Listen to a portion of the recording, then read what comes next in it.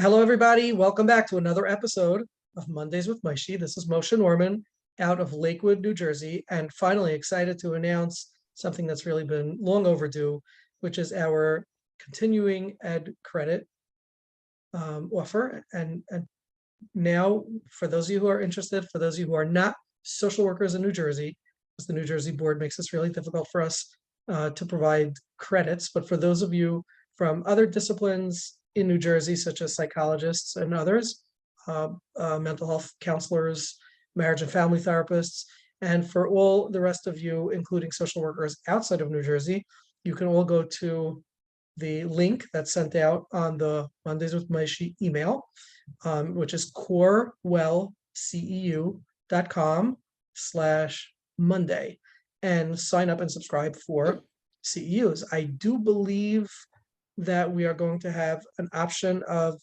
obtaining CEUs for listening to the recording. Also, I know that in some states like New York, there's a limit to how many CEUs you are allowed to have that are recorded and not live, but I believe in places like New Jersey and some other states, you can actually have all of your CEUs done with recording. So if you enjoy this Zoom call tonight and have not signed up for CEUs and would like to, you're more than welcome to go to corewellceu.com/Monday and purchase the CEU option and then take the quiz so that you can obtain the CEU. So we're really excited for this new development on our show, and we hope that 3 to 4 weeks or something like that, we'll be able to do it, or 2 out of 4 weeks, or maybe we'll grow and do something more than that. But it's nice to see all of the returned faces and names. For those of you who can turn on your recording, your video, that's great. We like to see as many people as we can. For those of you who cannot, we understand that too. And of course, I'm sure you all know by now that if you have a question, please hit the reactions tab on the bottom right of your screen, raise your hand, and we'll call on you. Tonight, we are honored to feature Dr. Martha Stark of Boston, Massachusetts. Dr. Stark is a professor at Harvard University. Not sure if any of you ever heard of that place, but it's somewhere out there near Boston. And for those of you who have heard of it, good for you. For those of you who've attended, I'm going to stand up to my full height for those Harvard graduates. But anyway, go Celtics, if I could be so bold. Hey, wait, you didn't ask permission for that before. Okay, so Dr. Stark, Martha, has written a book that I was introduced to about 10 years ago. And I'm embarrassed to say, the bad news is that I'm only up to page 19 of the book. The good news is that it's my third time reading it. But the name of the book is called Working with Resistance. It is an absolutely phenomenal book. For those of you who know me well or have been on the show know I'm not a big reader. I like to learn, by watching visual things and not by reading. But I must say that this is one of the few books, besides the book from Rollo May and a couple of others, that have really enhanced my practice. And I encourage you to purchase this book and read it. Or for those of you who do audio books or whatever it is, it's really special. The learning experience from this book is really, really phenomenal. And Martha, I appreciate that you wrote the book and that you sent it out and let people enjoy it. And now I'm even more excited to have you on live. That book was written like 30 years ago or something like that, 1994, I believe, right? Amazing. So thank you, and it's really, really an honor to have you on.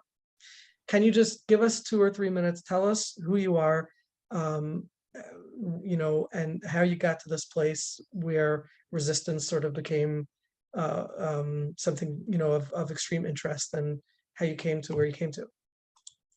Well, first of all, I want to say I'm absolutely delighted to be here. Thank you so much for having me. And can people hear me okay? I hope so. Yeah. So I had wanted to be a mathematician, actually, majored in math at Harvard, and then decided that it was just a little bit, I loved the theory, but it wasn't people-oriented enough. So I sort of, partway through college, decided to go pre-med and decided that I would then be a psychoanalyst ultimately, so that I could be more people oriented, well, psychiatrist and then psychoanalytic training. So I could be more people oriented, and then the analytic part so that I could also still have my passion for theory. So anyway, so I went on to do adult training in psychiatry, and then I became got child training as well. And then I got my psychoanalytic training at the Boston Psychoanalytic, which was then and still is to some extent somewhat conservative. But I then kind of went on to, and I started writing my books. And the reason I got into resistance originally is at the Boston Psychoanalytic, their teacher, someone who was going to be teaching the candidates, uh, you know, couldn't do it at the last minute. So I remember the president called me up of the institute, called up and said, "Can you teach the course on working with resistance?" And I said, "Oh, absolutely." Meanwhile, I wasn't entirely sure what resistance was. This was back in the early 90s. So I panicked a little bit. I called my dear friend Lynn and I said, "Lynn, what exactly is resistance?" So she explained a little bit to me, and then I decided to take it on. So I then wrote 2 books, Working with Resistance, and I got that done for Jason Aronson, who's been a dear friend of mine. He now has published all 9 of my books, and it was about to be released, and then he said, "Well, Martha, before we release it, I'd like you to write a primer on working with resistance also. And then we'll release both of them at once." Well, that's a little anticlimactic. But so anyway, I'd write a whole nother book a primer on working with resistance. And then I wrote both. And those were released in 1994. And later I wrote Modes of Therapeutic Action, which was selected as Book of the Year. And I'll be talking a little bit about those 3 and actually now 4 modes of therapeutic action and 4 different kinds of resistance. And then I went on to write other books as well. I do a lot of teaching and writing, and I have a very large caseload, although I'm now trying to cut back a little bit so that I can finally have more time for my writing and my thinking and my conceptualizing and my presenting. And are you practicing psychiatry or psychoanalysis or both? At this point, I'm not even quite sure what psychiatry is. I do some prescribing of medication, but in all honesty, I'm not that good at it. So I know how to do the basic easy stuff. But so if that's psychiatry, then I do You mean that. so you know how to prescribe Tums? Is that what you mean? There you go. Okay. There you go. All right. Right. And Okay. so, yeah. So let's jump in and talk a little bit about resistance. Classically, somebody says my client is resistant. So on a very simplistic level, you think of a 12-year-old or tween or teen, as they call them, coming into therapy and saying, "I don't care, I don't know, I don't want, I don't no, I like beating up my siblings," and that would that in our mind in the most primitive form that would seem what we would term resistance. But obviously, resistance is much more sophisticated than that. And I'd venture to say, and correct me if I'm wrong, that there's probably forms of resistance that can actually go by quite unnoticed, where a client appears quite motivated, but in reality is very resistant. And that could be confusing for the therapist, and it could make the therapist work really hard, very too hard. So could you define and give us some anecdotes of what resistance really, when we talk about resistance, what are referring to? And frankly, are there any clients who are not resistant? Thank you. That's a great question. Yeah. So people will often think that resistance is a relational event, so that somebody is resistant in relation to the parent or in relation to the therapist. But as I conceptualize it, resistance is more an internal matter. And so I start my training more conservative, as I mentioned. So in the 70s, I was thinking more in terms of what I call the interpretive perspective of classical psychoanalysis. Then in the 80s, I was also exposed to self-psychology and other deficit models. And I came to call that the corrective provision model of self-psychology. So I ultimately, by the way, where I'm taking us to is highlighting the psychodynamic synergy paradigm that I have been working on now over the course of 40 years. So my model one, the interpretive perspective of classical psychoanalysis, which is fundamentally about resistance, those counter forces, those defensive counter forces that get in the way of these forces pressing yes. So these id forces pressing yes, and these defensive resistant counter forces protesting no, creating thereby structural conflict or neurotic conflict. The Yes. person internally being jammed out about being able to harness this energy of their id, which for now is anxiety provoking, but ultimately, once it's tamed and modified, will provide the propulsive fuel for the patient's advancement. Right. The ego, initially inexperienced and undeveloped, will be made anxious by the threatened breakthrough of these id forces. The ego, made anxious, mobilizes a defense, again, creating thereby an internal or neurotic or intrapsychic conflict. And our goal in model one, but I'm going to be telling you about models 2, 3, and 4, will be to tame the id and its dysregulated energies so that they can be harnessed and channeled into more constructive channels, and to strengthen the ego so that it will be less anxious and less afraid of the threatened breakthrough of these now tamer id forces. So Freud's metaphor of the horse and rider is very apt here. So the horse, initially untamed and dysregulated, and the rider, inexperienced and undeveloped. So the two are in conflict, said Freud. And the rider is sort of pulling in on the reins to put a lid on things. You've got the id forces, ego counter forces, and the acceleration brake, and pulling in, tightening the reins. As a result of working through the patient's resistance, and we'll be saying more about that, but this is big picture overview. As a result of working through the patient's resistance, the defenses mobilized by the ego, ultimately the ego, now stronger, the id now more tamed, they will be able to evolve from conflict to collaboration. And the horse now tamed, the rider now strengthened, they will now be able to work in concert harmoniously to drive off into the sunset. And the Okay. goal in model one is that. Okay, so I think I pretty much followed what you said, but I'm not sure that everybody did. And Okay. I'm wondering if you would be able to break this down in more either practical or Accessible. Yes. anecdotal, accessible terms.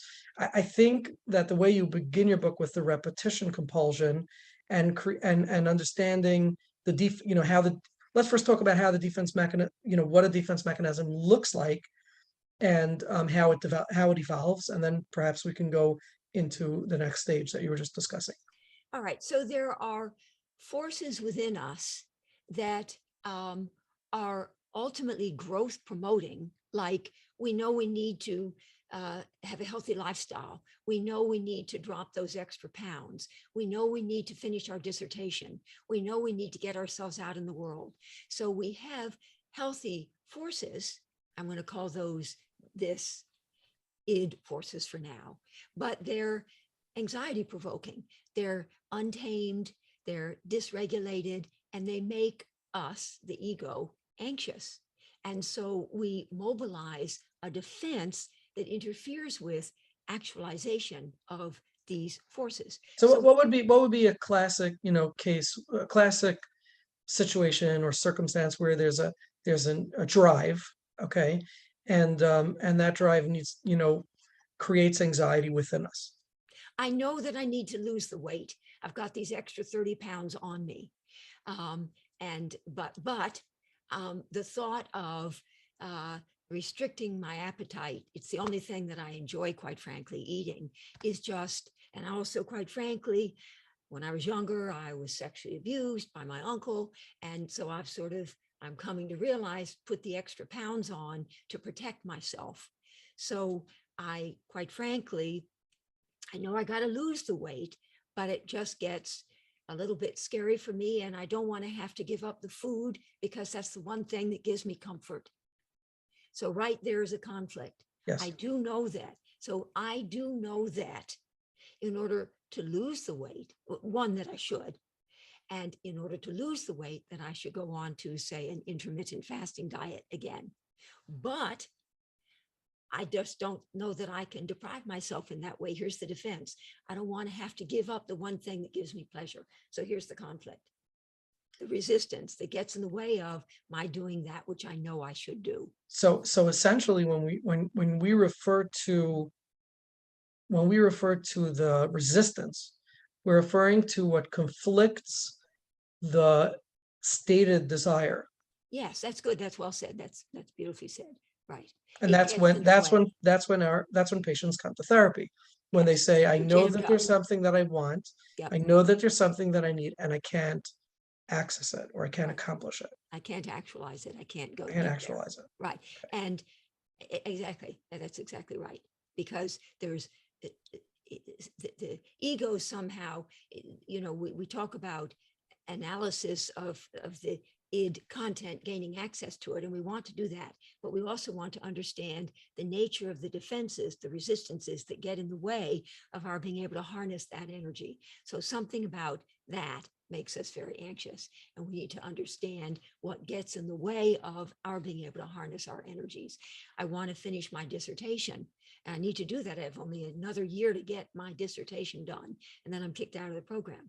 But made anxious, my ego mobilizes a defense and says, and I sit down to try to write, but I get sleepy, or I just can't, and I start to watch TV because I'm afraid that whatever it is I have to say wouldn't be good enough. Because actually, when I was a child, I felt that my parents were critical and never felt that what I was saying or doing was good enough. So that might be something that gets uncovered in the treatment, that conflict. So I'm broadening the concept of defense and resistance to include not just repression, suppression, isolation of affect, and compartmentalization, the more standard classical defenses, but rather those counter forces, defensive, resistant, that get in the way of our being able to harness these here forces that fundamentally will be providing the propulsive fuel for our being able to move forward in our lives. Okay. So so can you give an example of repetition compulsion? What does that mean? And how does that develop? And is this something that we should always be looking for when treating somebody struggling with some kind of neurosis? So the repetition compulsion is that there are healthy aspects to it and unhealthy aspects. Okay. So the unhealthy aspect of a repetition compulsion is that we're ever busy recreating in the here and now what I call the old bad. So we're ever busy recreating that with which we're most familiar, and that's familial and therefore most familiar. Stephen Mitchell talked about it as that. So we're ever busy sort of just wanting to replay that, the only thing we've ever known, because to have anything different, so we're ever busy recreating the early on old bad, because to have something different would mean that things could be and could therefore have been better, which would mean that we would have to confront the reality that back then it should have been better, and we'd have to grieve that. And the repetition compulsion has to do with just unwittingly or unconsciously and compulsively repeating the only thing we've ever known. That's the unhealthy part of it. Mm. The healthy part, you were going to say something, but Yeah, I mean, I'm just thinking out loud. I don't know that I was ever familiar with this idea that the problem with leaving something familiar is that we'll have to look back to the past and then confront that it could have been differently, right. and then we have to grieve that. Yes. I It guess makes us I always, anxious. Yeah. what's that? It makes us anxious to experience something new But and good, that's why people because that will create, challenges that's why what people had will been. create an ideal and dig their heels in, even though it makes no sense or things are Yeah. proven otherwise. Yes.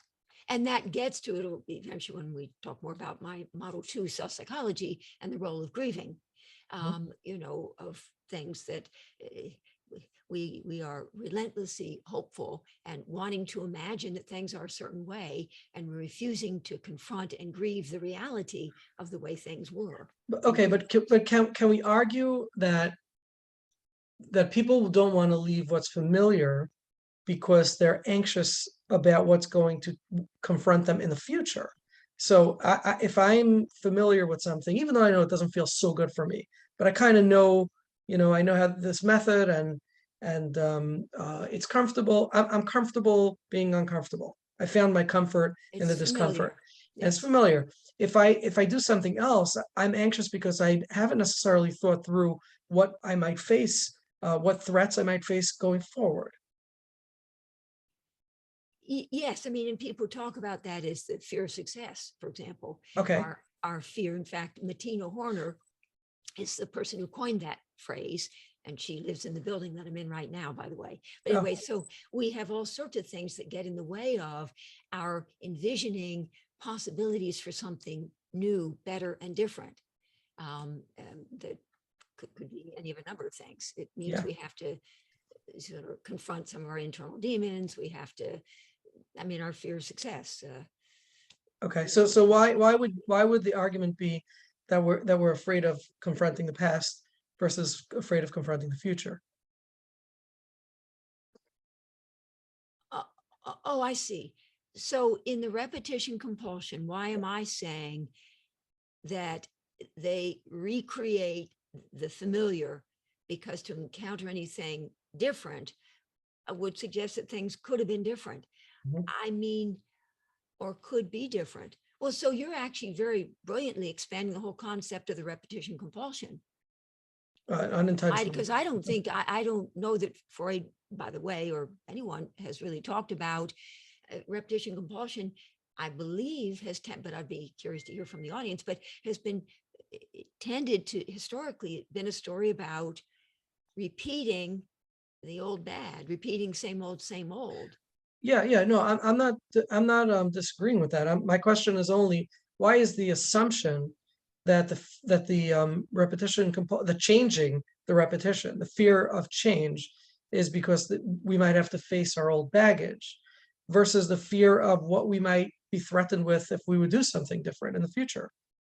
Who knows what other risks and threats might come our way if we do something that we're not used to. At least, Okay. the way if we continue our Okay. pattern, at least we know what we're in for, what we're up Okay. against. I mean, that's a very interesting point. I haven't myself thought of it in that way, but that's just because I was not thinking of it that way.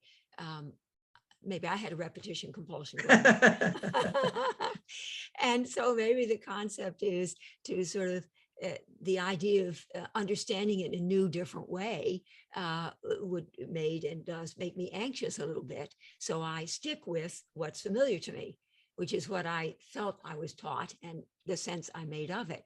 And so to experience and open myself up to looking at it in a new way is making me a little bit anxious and a little bit excited at the thought that sort Fascinating. of like, well, That's that's a interesting. fascinating perspective. Yeah, yeah, yeah. It's Okay. interesting. But Yeah. but yeah, but I mean, it's definitely more profound to think of it the way you're describing it, and more simplistic to think Well, of it. it's half profound, and what you're adding to it broadens it. Let me just say the piece of what I didn't quite yet say is Okay. that the healthy part of the repetition compulsion has to do with the desire to achieve belated mastery this time, for there to be a different outcome from what your feared outcome would have been, or your anticipated outcome would have been. So everything's sort of a double-edged sword. Quite frankly, I've come to Dialectic. appreciate talk about profound and so on. Everything's double-edged. There's good and bad about just about everything. But so your idea, yeah, I like that repetition compulsion. We repeat that with which we're most familiar, because to think of something new, good, and different for the future might be just too anxiety provoking for whatever Yeah. reasons. Or as I was saying, it means that the past could have been different. And that means we have to confront and grieve some painful realities that we would rather not have to. So you have broadened it in a very nice way. Thank you. Okay, well, thanks I for may the have to opportunity. go back and rewrite some of my books a little bit. That's I'll have it. to, if you see That's a it. new edition coming out, you'll know. I'll put in some kind of forward There you go. or There you backward, or I don't know. go. No, forward, Okay, forward. yeah, forward. So Yes. I want to say hello, by the way, to Meryl Goldstein. Meryl Goldstein is an analyst who is watching. She's actually the one who gave me your book to Oh, begin thank with. you, So Meryl. it was obviously meaningful enough for her to share it. And Meryl, is she still there? Did she just drop out? Yeah, I'm here. I'm here. Oh, and Meryl, I just want to encourage you to chime in if you have any thoughts on any of these concepts. I know that these are near and dear to your heart. So please, by all means, if you want to chime in, jump right in. If you want, you could raise your hand, or if you're on now, you can just talk. I was just thinking about the repetition compulsion also being, I think, a defense mechanism against remembering the past, right? We repeat what we don't remember, I think, or something like that's that. good. Yeah, I like Yeah. that. And that we're destined to repeat, right? That which we don't remember. That's right. Right. Right. So what does that mean exactly? Well, Muriel.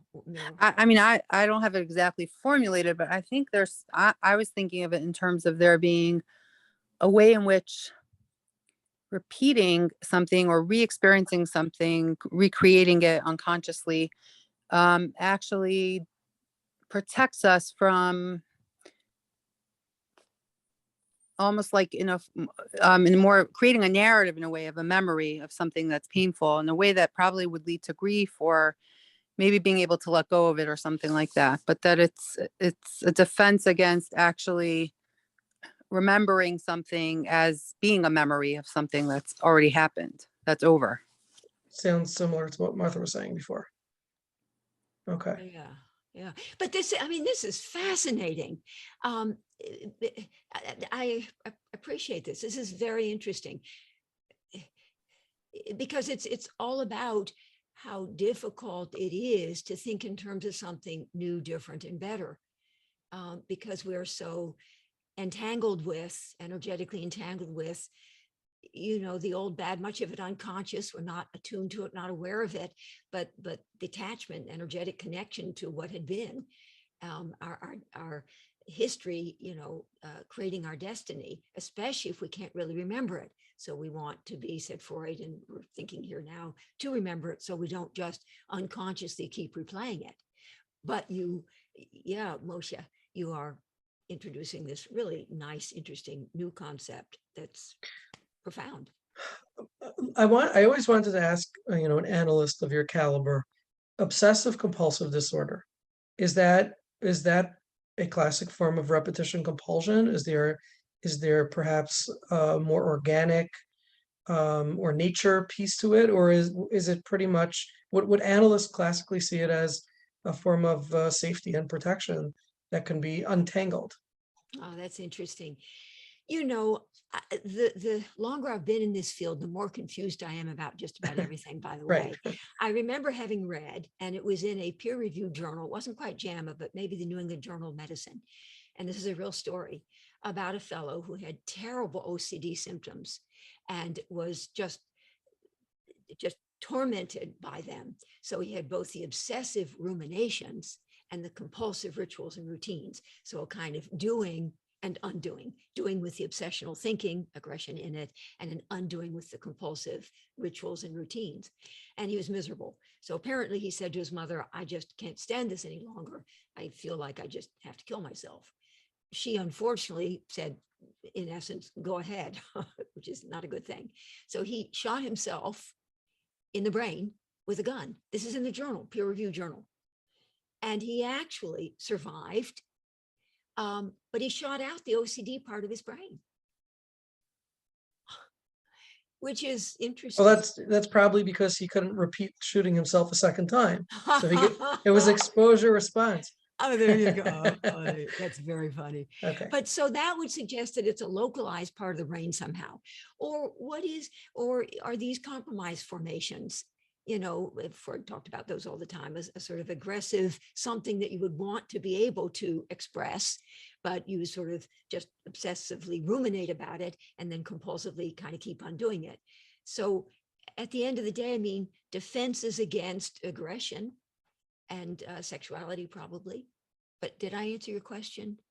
My question was if obsessive compulsive disorder is a defense mechanism against, is a repetition compulsion or defense mechanism against something extremely uncomfortable, such as aggression or sexuality. Is that how you would see it? Yes.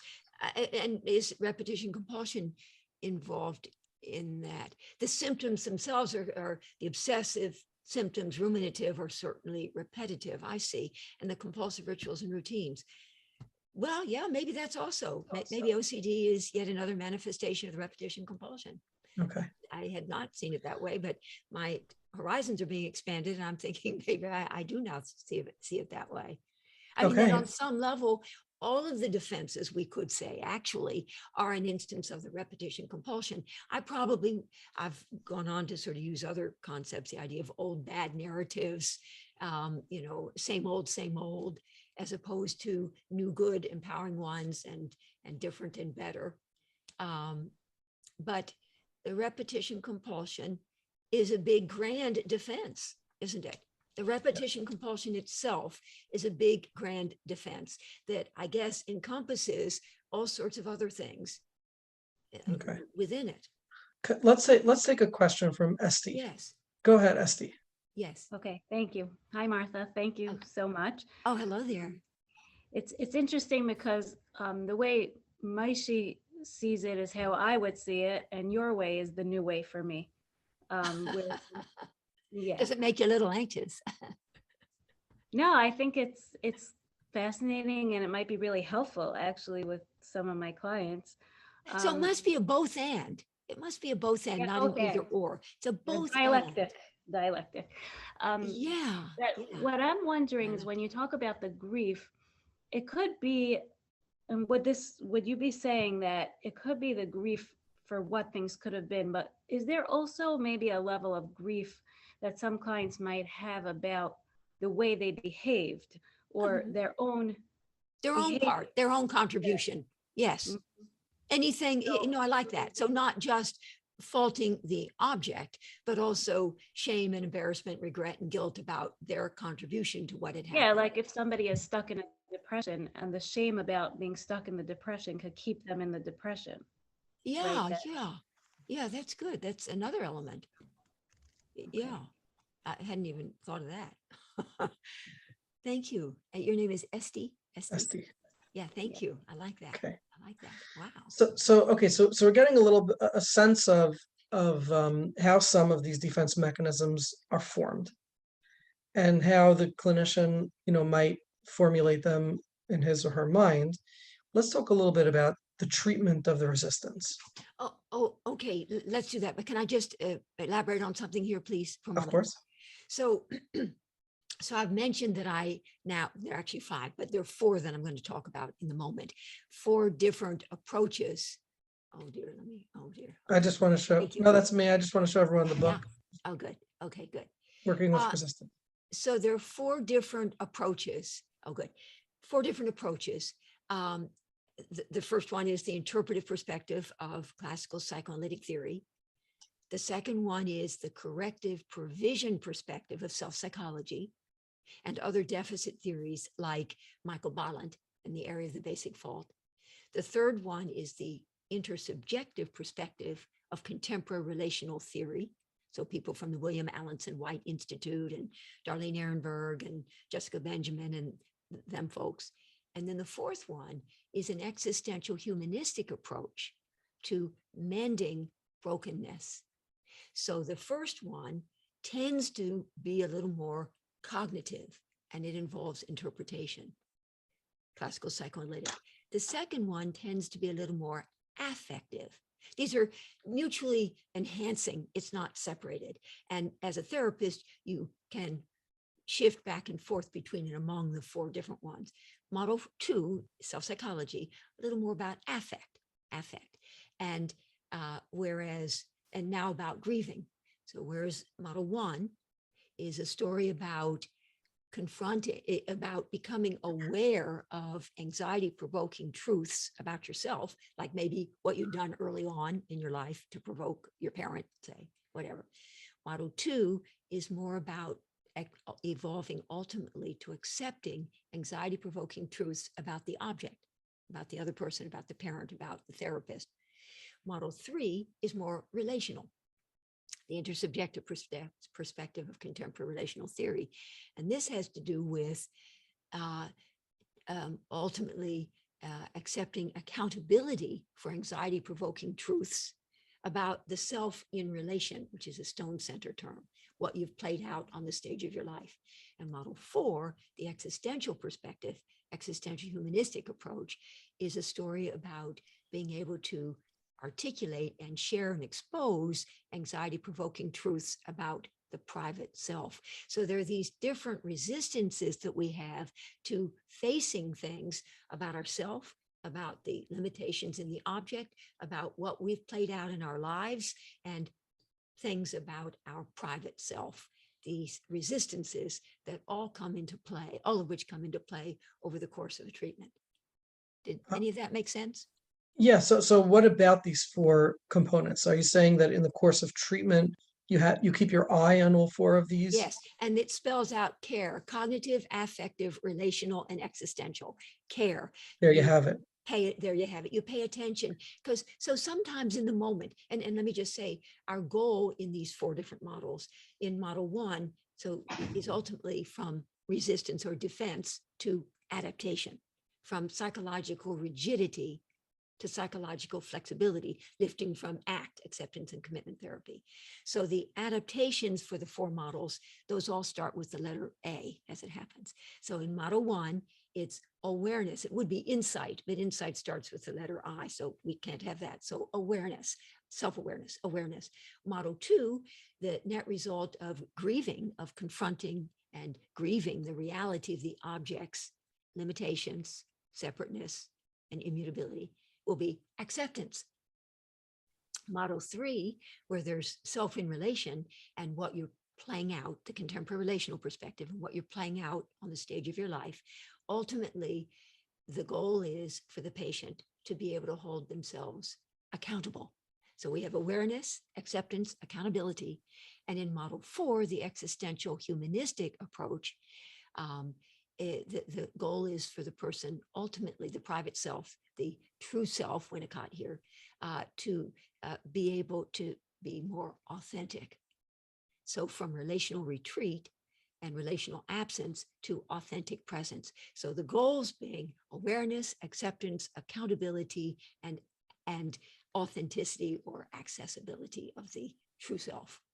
And the resistances, all of those ultimately probably need to be sort of worked through with different patients presenting. So some people will say, well, can you just kind of put this in DSM language so we can kind of get it? And sort of like, well, it's not really the way I think, but okay. So model 1 would be more about neurotic conflictedness. Okay. Model 2 would be a little more about narcissistic vulnerability. Model 3, because they have to start with the letter N, so I got to get an N word here. It's sort of characterological stuff, but I'm going to call it noxious relatedness. So when you're playing out sort of weird stuff on the stage of your life. And then model 4, and think about Arnold Modell and Masood Khan and Guntrip, and who talk about the schizoid withdrawal. This would be non-relatedness. So neurotic conflictedness, narcissistic vulnerability, noxious relatedness, and non-relatedness are the defenses that need to be worked through, the resistances that need to be worked through to get to adaptation and psychological flexibility. Whew. Well, that's teaching the whole model standing on one leg. Yes. Okay. Yes. So that's the big overview, but now we can go back to what you were going to be asking about. Okay. I don't remember what that was I anymore. think more specifically. We're going into treating the resistance. Okay, Right. good. Okay. So, I mean, I'd love to take a passage or two from your book, but I first, before, going into those anecdotes, which are very specific, and I think people could learn well from hearing specific anecdotes, let's talk a little bit about how the resistance presents itself in the therapy room and how the therapist or the clinician addresses it just on a global level. How would you describe that? Well, I think of along the lines of from rigidity to flexibility, from defense to adaptation, from defensive reaction, same old, to adaptive response, something new, something different, from mindless reactivity to more mindful and more thoughtful responsivity, from cursing the darkness to lighting a candle. So you say something to the patient and you want to see if they made anxious, react defensively. Their ego made anxious, they react defensively, in which case we'll work with that. Or they're able to take it in their stride and adapt to it and work with it. Adaptive response. So moment by moment, with your finger ever on the pulse of the level of the patient's anxiety. I was taught way back to pay attention to the patient's anxiety, and I used to do that decades ago, and then I sort of forgot about it. And only more recently have come to appreciate how valuable it is to be keeping your eye on how the patient is either reacting defensively or responding adaptively to everything that's going on in the space between the two of you. So moment by moment, I mean, the patient says something and I'm deciding, I'm feeling my way into intuitively. I think the word, although I'm probably misusing it, is interoception. I'm attending to the cues in my body, my intuitive sense, my cognitive awareness of things as to whether or not I can afford to offer a little more challenge of the defense, or whether I need to offer more support. Fascinating. And, So there are going to be times where too much challenge is going to overwhelm the client with anxiety. it's going to be And too so much. intuitively you say, or you don't say, but intuitively you feel now is not the time, or this circumstance that the client is describing is too defensive. And In the moment, if I So right now, so you're going to hold that. You're going to so I'm hold going that to for a offer different more time. support. So I'm ever busy going back and forth on a very So for like a classic example might be where a client is complaining about how people wronged them or somebody wronged them, and the client is clearly either in the wrong or misperceiving, but they're so heated about it, or they're so passionate about it, or they're so hurt by it, then that now to kick in and say, and challenge that or reflect on that would just be a waste of Okay. time. And But what I can do, based on, let's say we've worked together and there is enough of a sort of backdrop of collaborative alliance, I might say, and now I'm going to do a Model 1 conflict statement. I might say, you do know that. Now I'm going to say something that they know. I can't cheat. I can't say something they don't know. So I can't say it's because of you that, you're ever busy being victimized. I can't go there because they have never acknowledged or said that, but they've said a little something. So I'll say, you do know that, and I can put in qualifiers. There might be some things that you're doing that sometimes rub people a little bit the wrong way. and you'd feel comfortable to say that even I'm then. going to say that to somebody where it's going to increase their anxiety. Mhm. But that's the first half of my conflict statement. So I am challenging them because I need to back up and say optimal stress is what I feel advances the therapeutic process from rigidity to flexibility, from defense to What does adaptation. optimal mean? Optimal means just the right mix of challenge and support. So, okay. So how do we communicate that?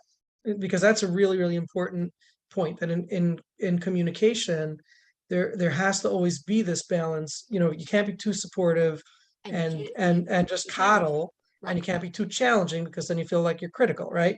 So Yes. how do we balance that? Give me some examples, Well, verbal. I'll do that conflict sentence in a moment. I'll get to the second half, but let me just say, Jay Greenberg, back in the 1990s was in essence saying, without empathy, therapy never starts, but without empathic failure, it never ends. By the same token, you could say without empathic failure, therapy never starts. But without empathy, it never ends. And he was talking about new good object, old bad object. But the point is the same. There needs to be both a challenging of the defense and a supporting of it. And so let me do the conflict statement for this hypothetical patient, and let's see if I get it done by the end of it. You do know that there might be times when your behavior is a little bit can put people off, comma, you don't say it, but you think it, comma, but, and now I'm going to name what I'm guessing will be their defensive reaction, which they will mobilize in order to decrease their anxiety, but I'm going to say it for them. But you find yourself feeling, God damn it, that if your wife, that if your girlfriend, that if your son, if your father weren't so goddamn, negative all the time or so critical, then it would be so much easier to sort of be in a comfortable relationship with him and just whatever. So it's like you sandwich it. You pretty much sandwich it by putting it out there, and before the client has an opportunity to react too intensely, To get defensive about what you've just said. what you just said, you sandwich it, you cushion Say it, for them. you cushion it by saying it for them. Yes. So And- they can and sense, they can sense your support because you haven't left off with calling them out, which they experience as criticism. Right. And You've not only only- noticed. not only my support, but I totally get it. But that they just feel that if their wife weren't so goddamn blah, blah, blah, then they wouldn't blah, blah, blah, blah, blah. That they, if their partner weren't so goddamn sort of nasty sometimes, then they wouldn't have to get abusive. And you name it, without judgment, with compassion, and you feel it, and they know that. But now notice what I've done with a Model 1 conflict statement. I don't just say, there are times when sometimes you can put people off a little bit. I say, I'm putting it in them because it's an internal conflict that I'm picking up on, a neurotic, intrapsychic conflict. Meaning, And I don't want meaning it that to the be an patient intersubjective patient feeling. herself is conflicted with her behaviors. That's right. Is Yes, that what it's you mean? egosyntonic and ego-dystonic. It's essentially ego dystonic, but she And doesn't. ego-syntonic because they keep doing But it. she doesn't have a choice. She has to use it because how else is she going to protect herself? Repetition compulsion, and she feels she needs to. Okay, so I think I'm getting this. So I need to be nasty or to be aggressive, because if I'm not aggressive, My wife is just going to be nothing bad's going to happen. being nasty. And on the other hand, I wish I didn't have to be aggressive. Right. Whether that meant that I wish I wasn't put in this position, or that means that I wish I knew a more adaptive way Ways to address deal the with her being so situation. nasty. Right. Right. So it opens up the field by first challenging them with what they really do know. You can almost always find something that the patient, who does come to you week after week, find something that they have told you as being an observing ego, reflecting ego. They are aware that, and you put in enough qualifiers. You do know that technically, comma, but, and now we name it for them. So we challenge the defense and then we support the defense. The goal being ultimately to create some kind of dissonance between the two, the adaptive capacity to know and the defensive need to deny knowing. Now, how does that address the resistance? Okay. Explain to me how that's So it's the addressed. defense or the resistance that we are actually optimally stressing by challenging and then supporting. The net result of which is optimal stress of a defense to which they're ambivalently attached. It both serves them and it costs them. And part of Model 1, increasing awareness about anxiety-provoking truths about the self and their Okay. internal landscape, we're getting them ever more aware of both the cost and the benefit. And we're Okay, trying to so let me see if I understand that. Yeah. Okay, now you're speaking quickly. Now let me see if I got that. So we're increasing the awareness of the client's both the client's off-putting behavior, but also the conflict itself that they're in. their okay. investment in doing it. Yes. Their investment in doing it and the Yeah. conflict that it serves them. Perfect. Yes. And we're doing that in a form that's extremely supportive and also observes the maladaptive behavior. So Yes.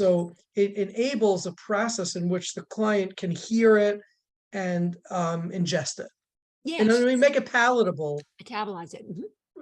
by not seeing it as a good thing or a bad thing, Right. only seeing it as for what it is, how it's Right. adaptive and maladaptive at the same Calling it time. like it is. Like I sit there and I'm like, I don't even begin to be thinking pathological. I'm highlighting what I know based on what they've just told me. They really do know.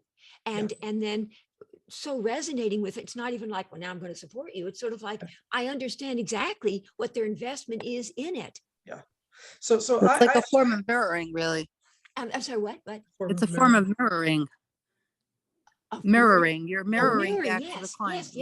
yes, Dr. what their Goldstein, yes, experience, mirroring what their experience is, but yes, in a it very is. comprehensive, because it's including everything. It's all It inclusive. is. It's actually a big, major form of mirroring their state of internal conflictedness. Right, because you're not adding in your own perspective. You're really mirroring their own internal conflict for back Thank to you for them. adding that piece, right? Mhm. I am decentering, Stollerow used to say this way back, I'm decentering from my own subjectivity, my own experience, and I'm joining alongside of them and taking on their experience as if it were my own, though it doesn't actually become my own, but as if it were. So I'm giving voice to what I can feel and understand is the conflict within them. And Now- they can feel in a big mirroring way. Thank you, Mirror.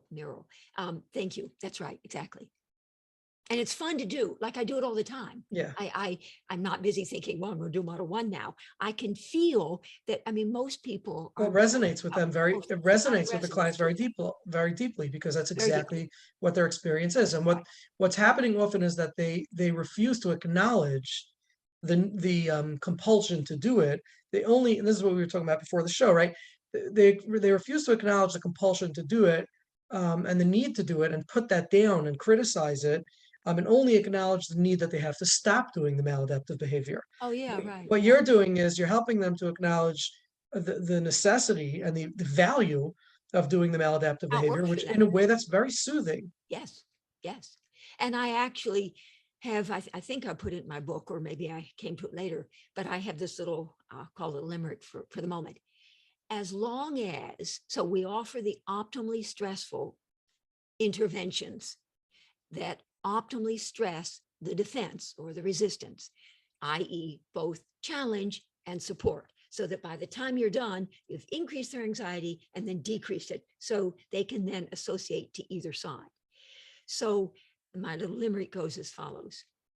As long as the gain, secondary gain benefit, as long as the gain is greater than the pain for them, as long as it's more ego syntonic than ego dystonic, then they will maintain the defense and remain entrenched. But as a result of these optimally stressful interventions, and I have them for all of my models, as a result of the optimally stressful interventions, ultimately our goal is to make the defense ever more ego dystonic.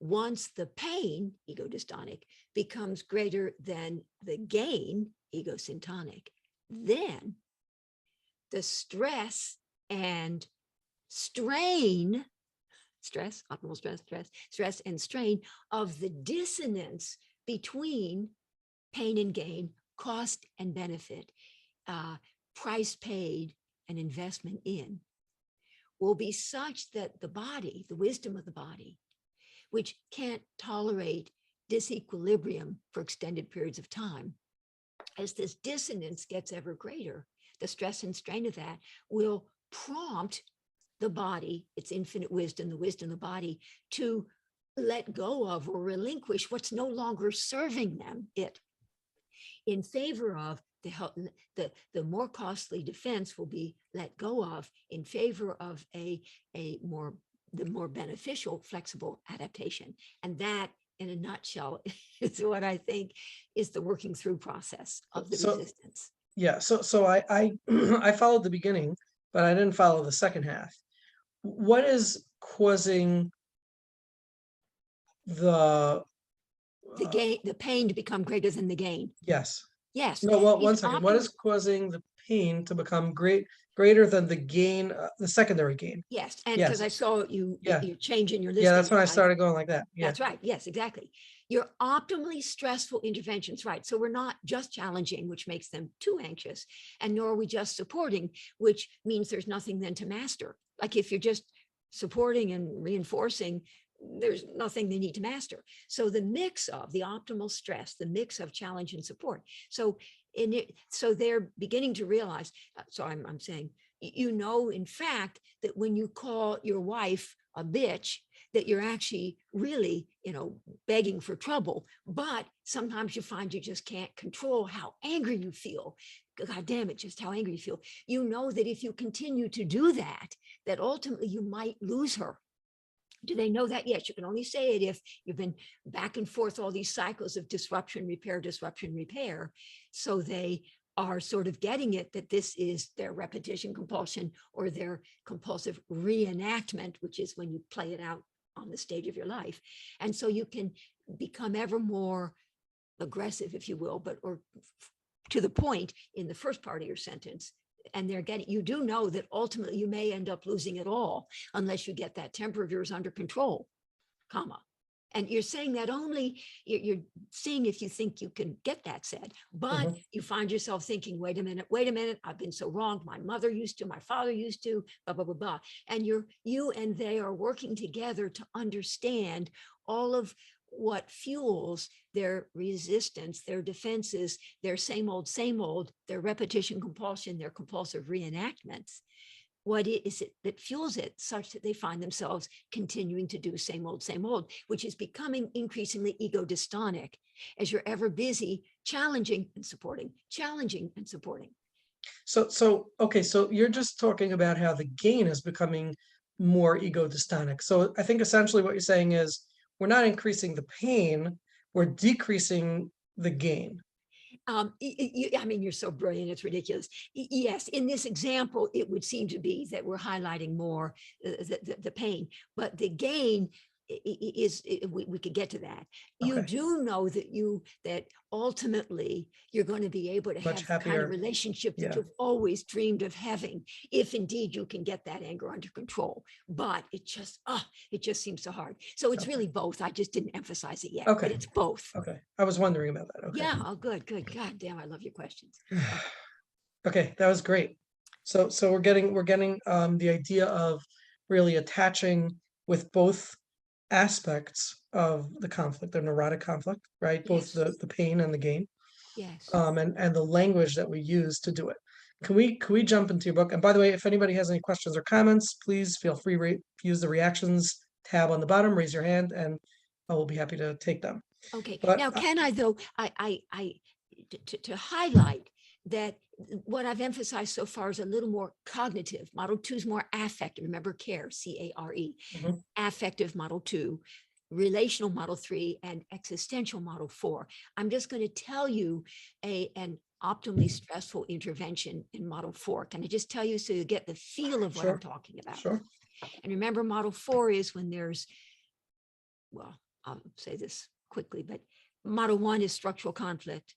Model 2 is structural deficit, self-psychology, structural deficit. Model 3, lifting from Stephen Mitchell, is relational conflict. And model 4 is relational deficit. So kind of a symmetry there. So schizoid withdrawal, emotional shutdown, the privacy of the self. And in model 4, we want to help the patient go from relational absence to authentic presence. Okay, so here's an optimally stressful intervention.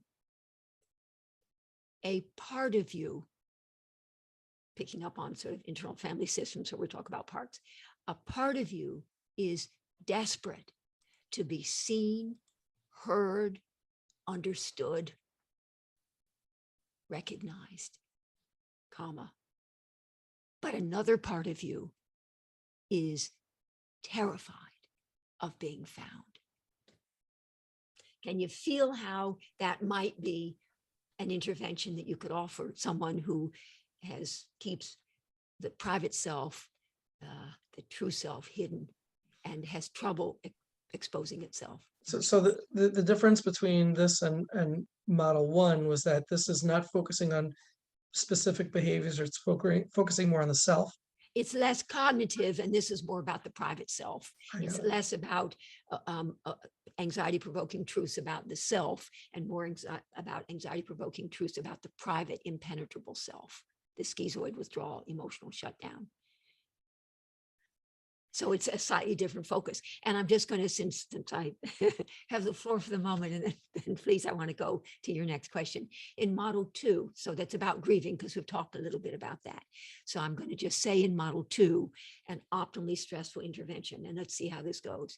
So in model 2, it's about going from relentless hope, which is a concept that I've developed, which speaks to the refusal to confront and grieve painful realities about the object of one's desire. So a refusal to grieve. Okay. And can't evolve to acceptance. All right. So here's a disillusionment statement.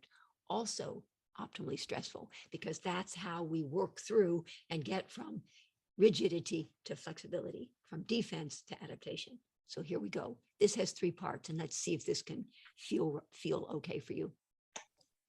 You had so hoped that I would simply give you, the answers. I don't want to do that one. You had so hoped that your mother would someday acknowledge the damage she's done and apologize. That's the first of 3 parts. You had so hoped. That's pluperfect tense, past perfect. I learned that in 11th grade. I don't say you had so hoped. I don't say you hoped that. You had so hoped, to put it sort of way back. But here's the conjunction that's important. But you're beginning to realize that that's not something she does. That makes them anxious. But quite frankly, they've just told you about the last 6 encounters where the mother did not apologize. So that's hope. You had so hoped that when you went home for the holidays, that your mother, and if you could be persuasive enough and articulate enough, you'd be able to get your mother to understand just how much damage she's done and get her to apologize. But you're beginning to get it, or beginning to recognize that probably, you put in quotes, probably she's never actually going to acknowledge and apologize. And that breaks your heart. That devastates you. That enrages you. You had so hoped that. It seemed like not that unreasonable to be thinking that. You had so hoped that. But you're beginning to realize. You had so hoped that I would simply give you the answers. But you're beginning to realize, they've been in treatment now for 2 years and you don't give them the answers. But you're beginning to realize that that's not really the way it works in here. And it really upsets you. It enrages you. It upsets you. Can you see how in model 2, with these optimally stressful disillusionment statements, we're trying to facilitate their grieving? This is more affective. Model 1 was more cognitive, classical psychoanalytic. This is more affective. Model 3 is more relational, care. Model 4 is more existential. Model 1 is more about the self. Model 2 is more about the object of one's desire. Model 3 is more about the self in relation, what you play out in your life. And model 4 is about the private self, when it got to true self. Wow. It kind of makes sense a little bit. I want to contextualize a little. Yes. Any questions or comments on that before we jump into? Yeah, maybe Esty or Dr. Goldstein or anyone else. I guess they're camera shy tonight. Okay. I'd love to jump into an example from your book. It's in, oh wait, we do have a question from Sarah. Yeah, Sarah, go ahead. Hi, how are you? Thank you so much. It's very, very fascinating. And I'm wondering where I can read more about this, which of your books, because I know I'm only getting the surface and I want to learn more about all of what you've been saying. Oh, thank you, Sarah.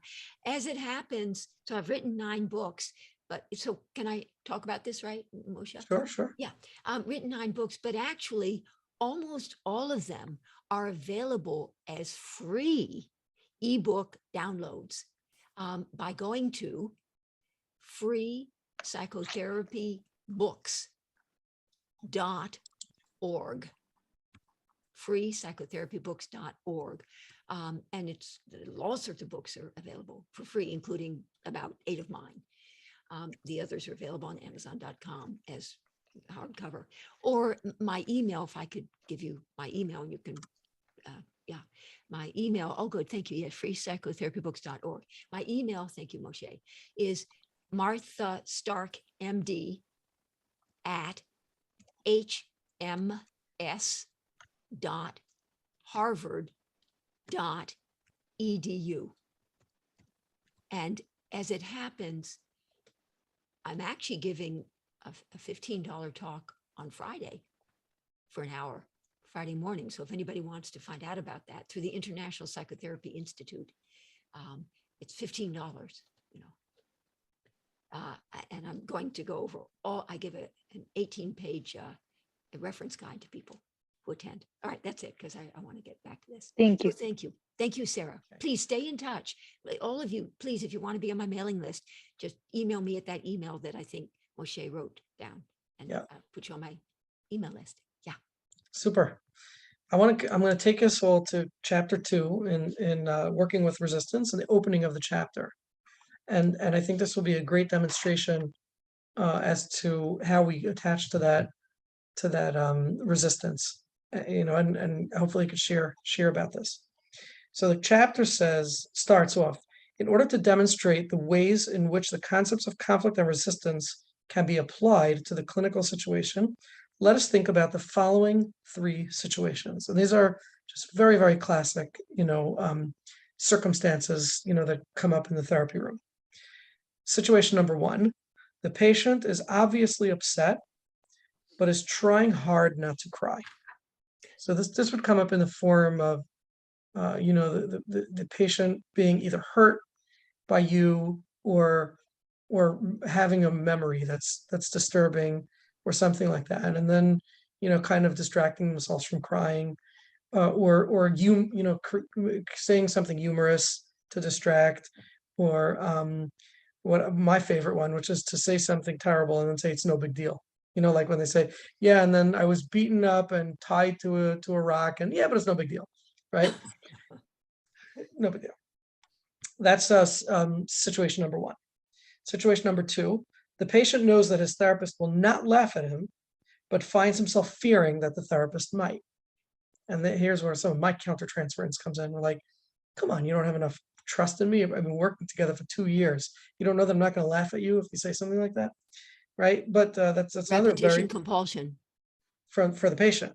Mhm. Yeah, You're not sure. sure about you. Yeah, the For the patient's patient. repetition compulsion. Yeah. Well, Yes, there- almost expecting to be laughed at. Because that's all they've ever known. Same That's old, right. same old.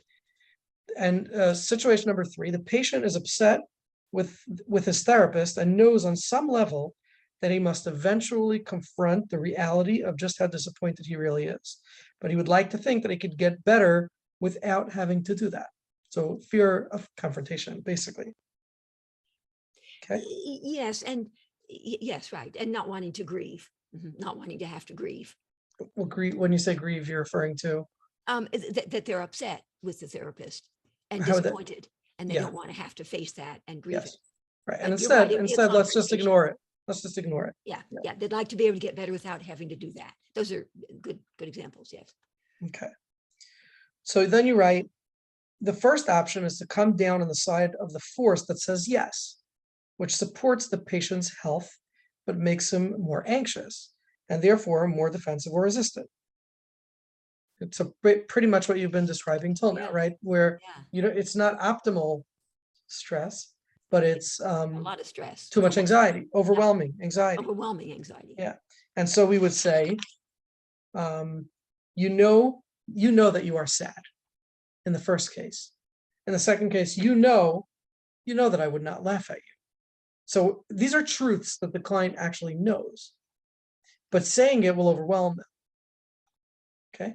And in the third case, you know that eventually you'll have to face the reality of just how disappointed you are in me.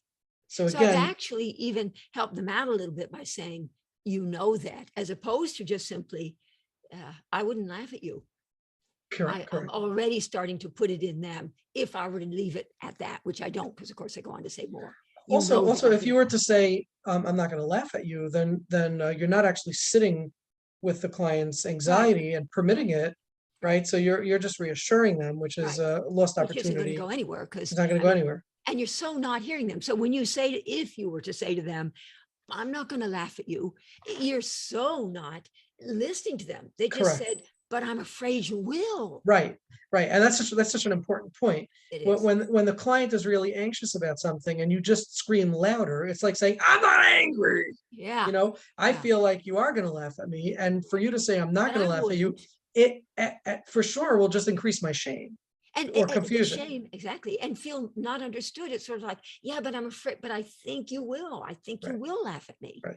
And the same in the case where you talk about the client constantly asking the therapist questions or Yes. advice, Yeah. right? If the therapist is going to give advice, we've done nothing. Right. If we can start to explore the process that for in some way the client has this need Feels to the get need advice, to get the and advice. so then we can get somewhere. Right. Okay, so you address first the ineffectiveness. Let's just call it overwhelming the client. Okay, Yeah. that's what did we say? The yes, right? Going to the The yes. yes force. Yes. Yes force. Okay, then you address the opposite, right? Going to the no force, which is to say you are determined not to cry. You find yourself fearing that I might laugh at you, which actually I can see to some degree as validating, but mostly just as observations, not necessarily as validating the experience, but more acknowledging or observing the experience. And I find that therapists and parents make this mistake a lot, where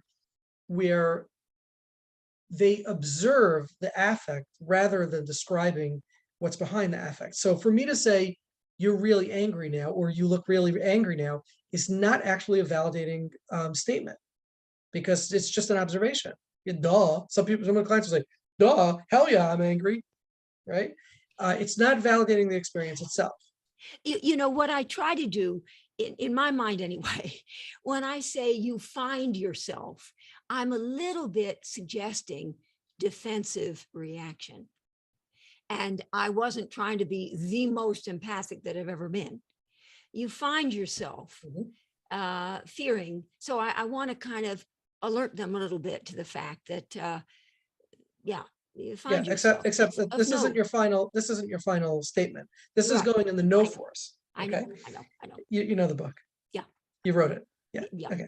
And then in the third case, right, where it's about confronting the therapist, you say in the no force would be, you would like to think that you could get better without having to deal with just how disappointed you are. Yep, you betcha, Doc. That's what I Okay. want. So if we look at the yes force, it's overwhelming the client. If we look at the no force, it's super supportive, And nothing needs to be mastered and particularly. nothing has to happen, right?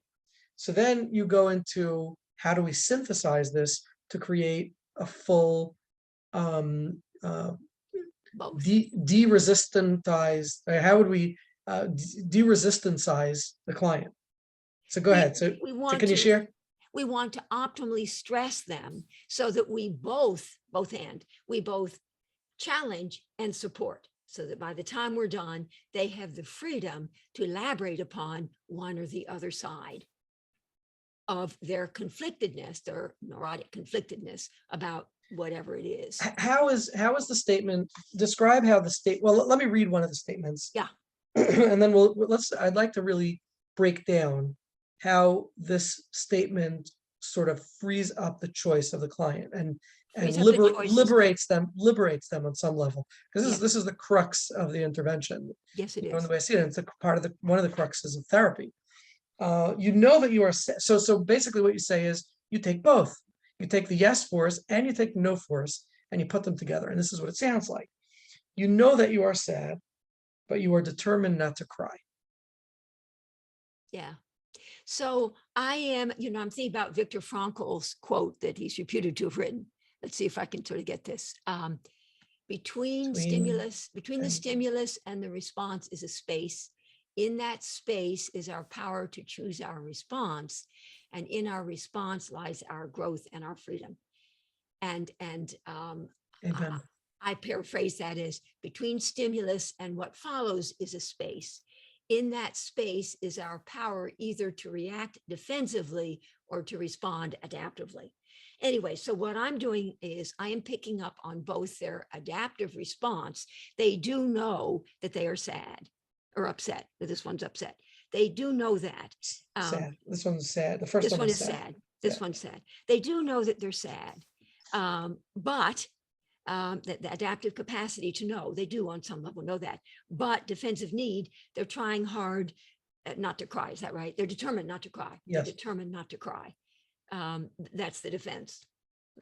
And how is that going to minimize or reduce the resistance? But in Well, other words, by either- hearing this, I'm putting myself in the client's shoes and I'm trying to feel it. How is this liberating me from my resistance? Well, it's, of course, it's a series of things that we're going to do, but with this particular sentence, but you determine, and sort of like, I am not going to cry. I'm not going to cry. I'm certainly not going to cry. I'm not going to cry. I've spent too much of my lifetime crying, and no, not going to go there. No, and I have to go to work and I can't spoil my makeup. No. Or sort of like, well, yeah, okay, I'm sad. I'm sad, but I don't want to do that. I don't want to go there. I don't want to go there. So they can kind of, you have it, they have the choice to respond adaptively or to defend reactively based on what you've said. And then you take what they've said and you go, so I might say, you know that you're sad and that someday you're going to have to let yourself really feel it. But at the moment, I can put in the temporal element. At the moment, you're just feeling, no, I have too much else on my plate. I don't want to go there. I don't want to do that. No. So you go along with them based on what they've just said. You advance it. You're Okay. working it through by giving them a series of the attention to the level of their anxiety. You're giving them a series of these optimally stressful interventions. Okay. I want to go through the other two, and then I'm wondering if we're experiencing it the same way. I'm trying to tune into myself, into what I feel when I'm hearing these statements, and I'm going to share with you what it feels like for me, and you'll tell me if that's your intent or it's not Okay. your intent. Okay. Yes. Let's go through the other ones first. You know that I would not laugh. You know that I would not laugh at you, but you find yourself fearing that I might. Yeah. So pretty much the same thing. Yes, and there we're speaking to a distorted perception that they might Correct. well have of you, given that Yes. you really have never laughed at them and you've been Correct. working together for 2 years. So that's how we know that they know that you won't laugh at them, because it must be Never have. must be distorted, and they also know it's distorted because it's And never they also happened. know they're not crazy. This isn't for psychotic. Yeah, they also know it's More distorted neurotic. because it's never happened in 2 Right. years of treatment. Okay, and let's go to the third one. You know that eventually you'll have to face the reality of just how disappointed you are in me, but you would like to think that you could get better without having to deal with that.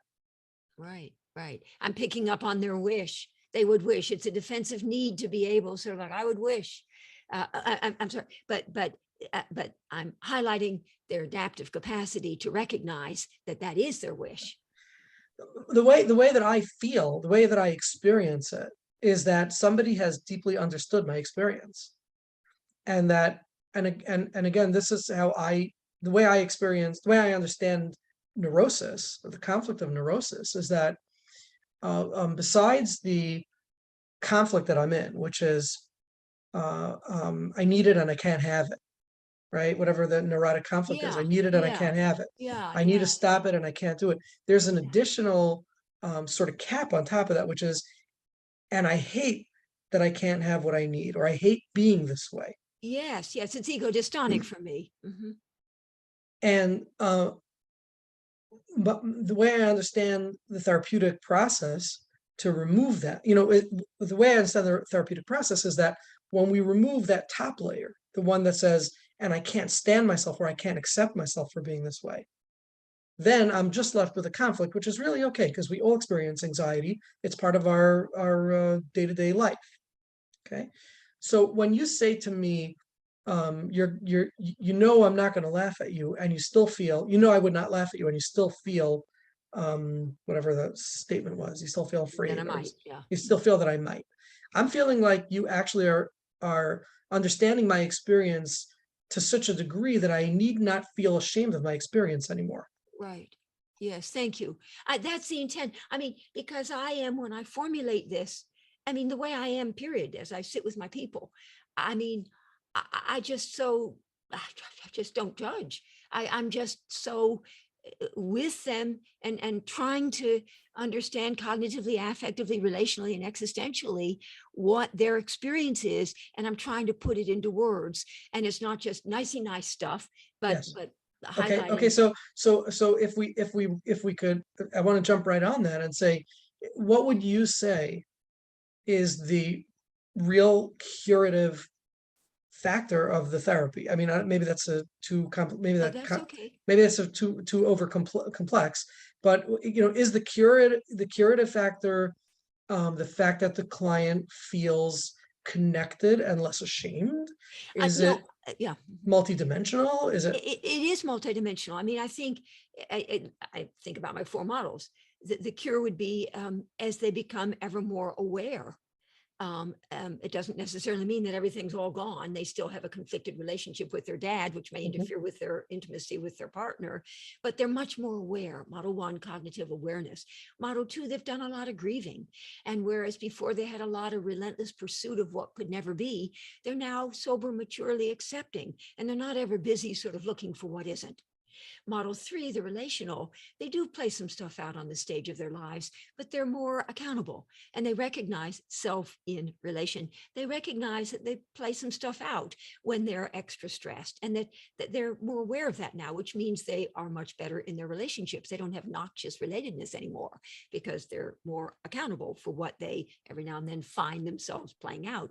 And in model 4, there's a part of all of us that we sort of keep hidden, the private self, the true self that's afraid to be exposed. And in model 4, they can bear to be more authentically present, more accessible. So awareness, acceptance, accountability, and authenticity would be the curative factors. And we get there by way of optimally stressing the defenses, the resistances, whether it's the classical definition of resistance, whether it's relentless hope, whether it's compulsive and unwitting reenactment of unmastered early on relational traumas, or whether it's relational retreat,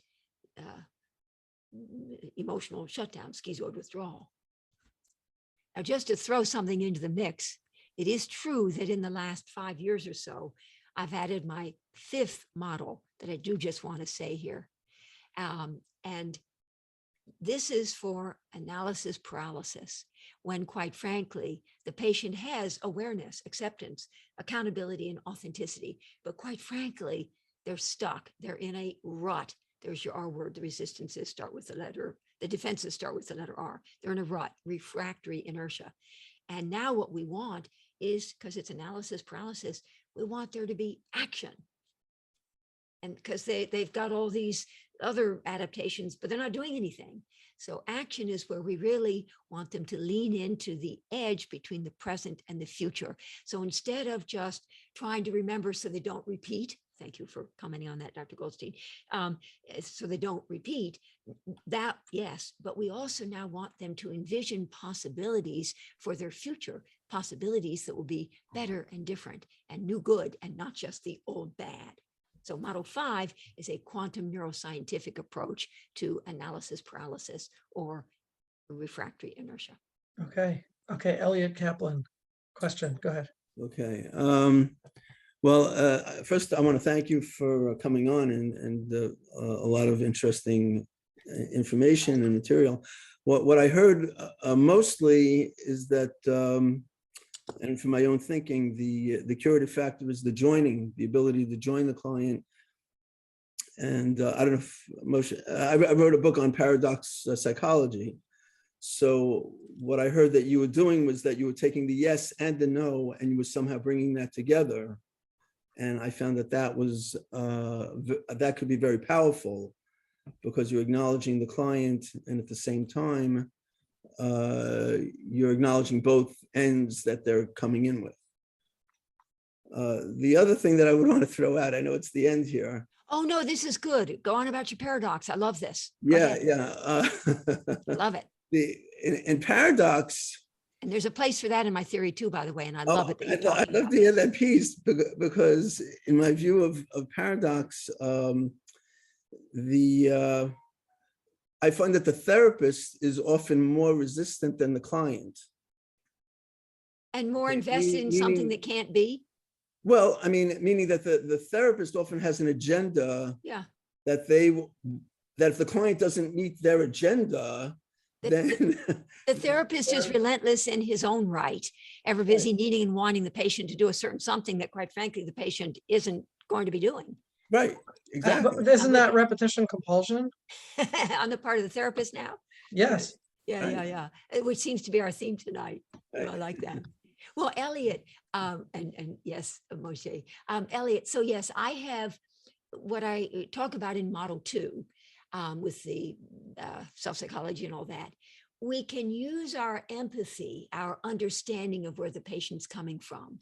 We can use that in one of two ways, either like the way we've been talking, or we can do a paradoxical intervention where we say, if I'm understanding you correctly, correct me if I have this wrong, we say to the patient, but it would seem that from what you're saying, that probably you're not actually ever really going to move forward with getting the divorce, that even though you're miserable and you go to bed every night crying and so on, stuff they've said. So if I'm understanding you correctly, that probably at this point in your life, you're just feeling so old and so tired that probably this is going to be the way it is for the rest of your life. Am I understanding you correctly? And then of course, they never get mad. What they might say, no, I can't stay with her forever.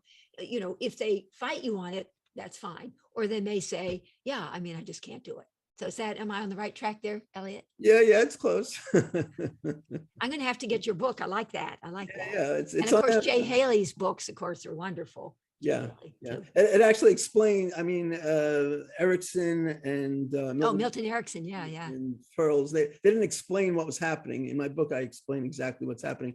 But the core of it really is the attachment, which you were alluding to, that when you create that attachment with the client, I see you and I see the struggle that you're going through. And the examples that you gave, you described the struggle before the client described it to you, Yeah. which indicated to the client, oh, Yeah. I'm seen. Yeah. They feel validated. And Yeah. as soon as they feel validated, Yeah. now they can relax. Oh, I see. And now once they can relax, now they can change. I see. And you're saying that actually with a paradoxical intervention, in the same way, connection is at the heart of it, that you're so connected with them that you really do get it based on what they're saying, because you've you've relinquished your own investment, which Moshe was commenting on a little bit, your own investment, your own need for them to be doing a certain something for you. That's not what they're interested in. And Right. you're really connection-wise, really hearing and really registering. And you have to do it without any sarcasm, without any judgment, without any sort of sardonic anything, just sort Right. of like you really get it from what you're saying. We say it would seem that perhaps right now is not the time for you to be ending the relationship or moving on to another job, that it's just not the time. That's good. So we've backed off on our own relentless Agenda. pursuit of what Yeah. can never be. Yeah. That's good, Elliot. Thank you. I'm definitely going to get your book. Okay. Thank you.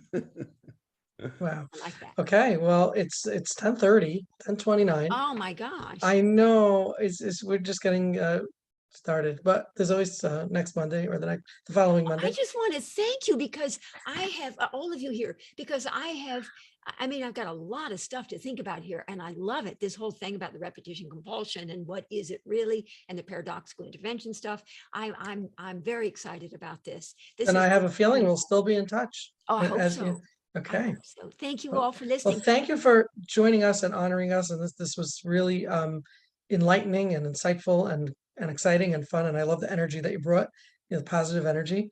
So thank you. And we're gonna log off for tonight. We're gonna stop the recording. For those of you who haven't met me yet or anything or Oh, want to thank stay. you, Razy Yeah.